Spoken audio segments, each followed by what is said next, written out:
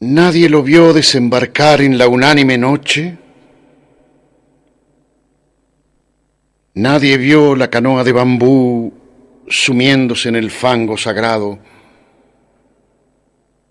Pero a los pocos días nadie ignoraba que el hombre taciturno venía del sur y que su patria era una de las infinitas aldeas que están aguas arriba en el flanco violento de la montaña, donde el idioma send no está contaminado de griego y donde es infrecuente la lepra. Lo cierto es que el hombre gris besó el fango, repechó la ribera sin apartar, probablemente sin sentir las cortaderas que dilaceraban las carnes, y se arrastró, mareado y ensangrentado, hasta el reino circular que corona un tigre o caballo de piedra que tuvo alguna vez el color del fuego y ahora el de la ceniza. Ese redondel es un templo que devoraron los incendios antiguos, que la selva palúdica ha profanado y cuyo Dios no recibe honor de los hombres. El forastero se tendió bajo el pedestal. Lo despertó el sol alto. Comprobó sin asombro que las heridas habían cicatrizado. Cerró los ojos pálidos y durmió, no por flaqueza de la carne, sino por determinación de la voluntad. Sabía que ese templo era el lugar que requería su invencible propósito. Sabía que los árboles incesantes no habían logrado estrangular, río abajo, las ruinas de otro templo propicio, también de dioses incendiados y muertos. Sabía que su inmediata obligación era el sueño.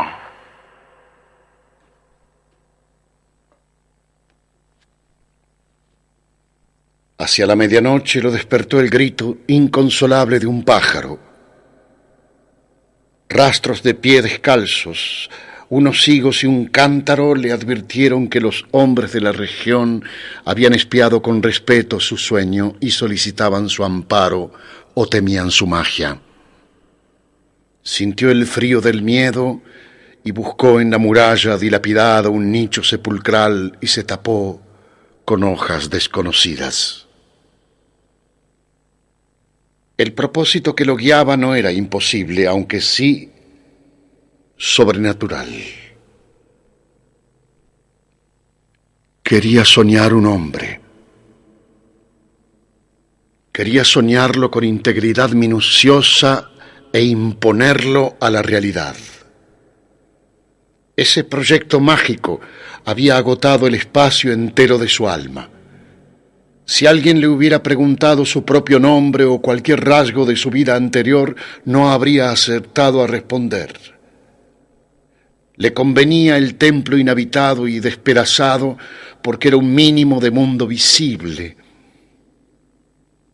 La cercanía de los leñadores también, porque éstos se encargaban de subvenir a sus necesidades frugales.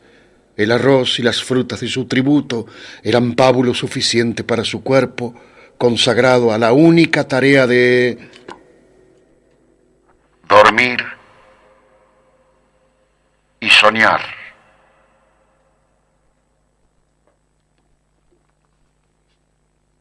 Al principio los sueños eran caóticos. Poco después fueron de naturaleza dialéctica. El forastero se soñaba en el centro de un anfiteatro circular que era de algún modo el templo incendiado. Nubes de alumnos taciturnos fatigaban las gradas, las caras de los últimos pendían a muchos siglos de distancia y a una altura estelar, pero eran del todo precisas. El hombre les dictaba lecciones de anatomía, de cosmografía, de magia. Los rostros escuchaban con ansiedad y procuraban responder con entendimiento, como si adivinaran la importancia de aquel examen que redimiría a uno de ellos de su condición de vana apariencia y lo interpolaría en el mundo real. El hombre en el sueño y en la vigilia consideraba las respuestas de sus fantasmas, no se dejaba embaucar por los impostores, adivinaba en ciertas perplejidades una inteligencia creciente, buscaba un alma que mereciera participar en el universo.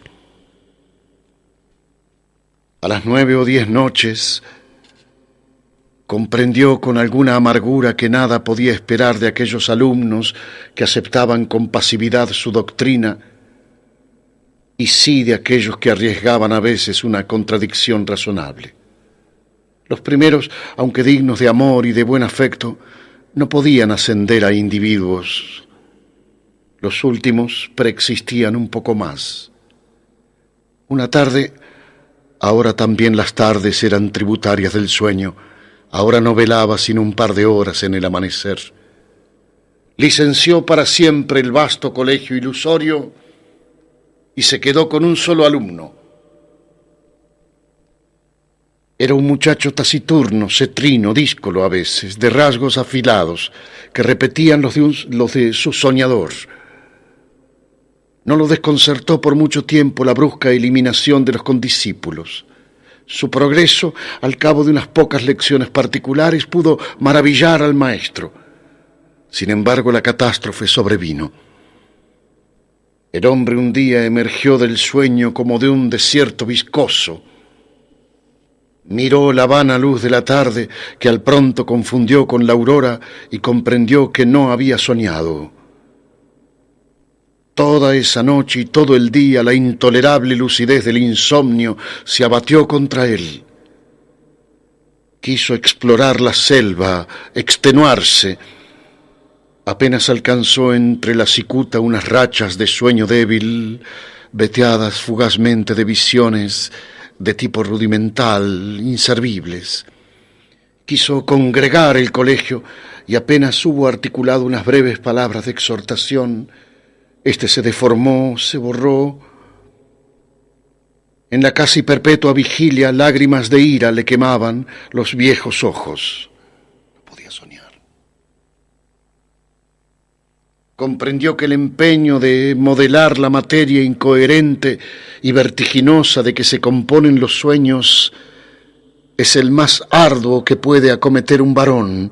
Comprendió que el empeño de modelar la materia incoherente y vertiginosa de que se componen los sueños es el más arduo que puede acometer un varón, aunque penetre todos los enigmas del orden superior y del inferior.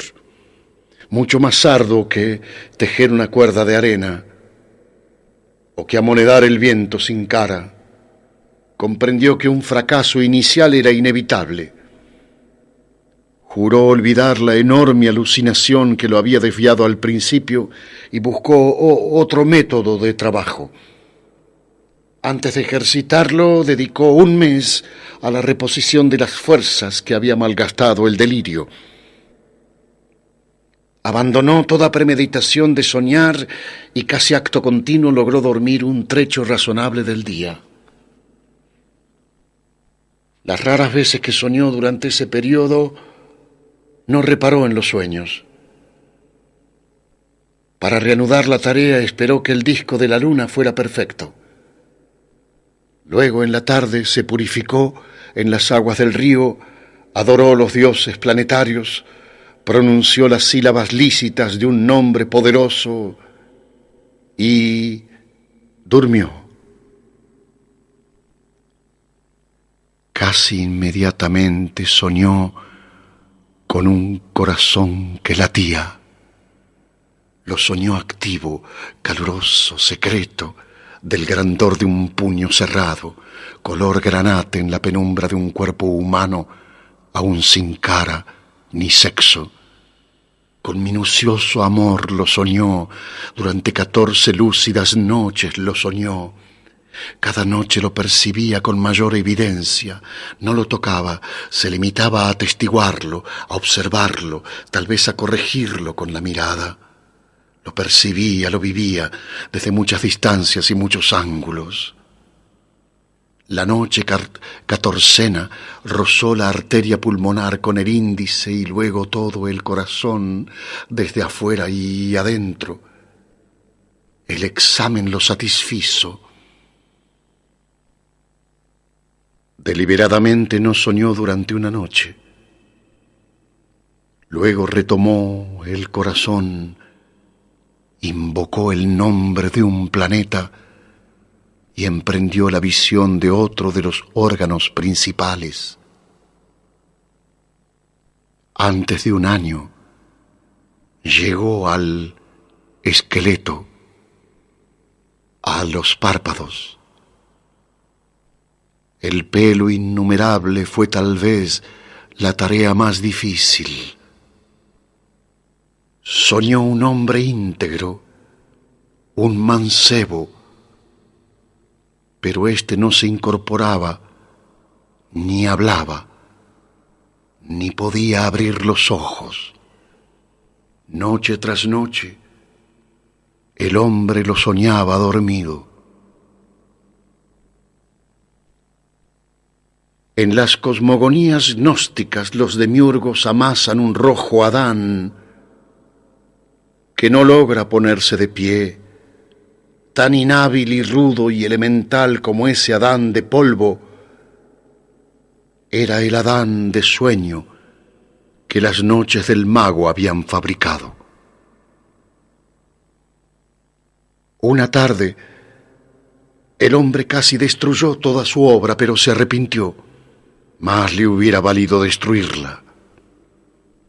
Agotados los votos a los númenes de la tierra y del río, se arrojó a los pies de la efigie que tal vez era un tigre y tal vez un potro, e imploró su desconocido socorro. Ese crepúsculo soñó con la estatua. La soñó viva, trémula. No era un atroz bastardo de tigre y potro, sino a la vez esas dos criaturas vehementes, y también un toro, una rosa, una tempestad. Ese múltiple Dios le reveló que su nombre terrenal era fuego, que en ese templo circular y en otros iguales le habían rendido sacrificios y culto, y que mágicamente animaría al fantasma soñado, de suerte que todas las criaturas, excepto el fuego mismo y el soñador, lo pensaran un hombre de carne y hueso. Le ordenó que una vez instruido en los ritos, lo enviara al otro templo despedazado cuyas pirámides persisten aguas abajo, para que alguna voz lo glorificara en aquel edificio desierto. En el sueño del hombre que soñaba, el soñado se despertó. El mago ejecutó esas órdenes, consagró un plazo que finalmente abarcó 2 años. A descubrirle los arcanos del universo y del culto del fuego. Íntimamente le dolía apartarse de él. Con el pretexto de la necesidad pedagógica dilataba cada día las horas dedicadas al sueño. También rehizo el hombro derecho, acaso deficiente. A veces lo inquietaba una impresión de que ya todo eso había acontecido. En general sus días eran felices. Al cerrar los ojos pensaba: ahora estaré con mi hijo. O más raramente, el hijo que he engendrado me espera y no existirá si no voy. Gradualmente lo fue acostumbrando a la realidad. Una vez le ordenó que embanderara una cumbre lejana. Al otro día flameaba la bandera en la cumbre. Ensayó otros experimentos análogos, cada vez más audaces. Comprendió con cierta amargura que su hijo estaba listo para nacer, y tal vez impaciente. Esa noche lo besó por primera vez y le envió al otro templo, cuyos despojos blanqueaban río abajo a muchas leguas de inextricable selva y de ciénaga. Antes, para que no supiera nunca que era un fantasma, para que se creyera un hombre como los otros, le infundió el olvido total de sus años de aprendizaje. Su victoria y su paz quedaron empañadas de hastío. En los crepúsculos de la tarde y del alba se prosternaba ante la figura de piedra, tal vez imaginando que su hijo irreal ejecutaba idénticos ritos en otras ruinas circulares, aguas abajo. De noche no soñaba, o soñaba como lo hacen todos los hombres. Percibía con cierta palidez los sonidos y formas del universo. El hijo ausente se nutría de esas disminuciones de su alma. El propósito de su vida estaba colmado. El hombre persistió en una suerte de éxtasis. Al cabo de un tiempo que ciertos narradores de su historia prefieren computar en años y otros en lustros, lo despertaron dos remeros a medianoche. No pudo ver sus caras, pero le hablaron de un hombre mágico en un templo del norte, capaz de hollar el fuego y de no quemarse. El mago recordó bruscamente las palabras del dios. Recordó que de todas las criaturas que componen el orbe, el fuego era la única que sabía que su hijo era un fantasma.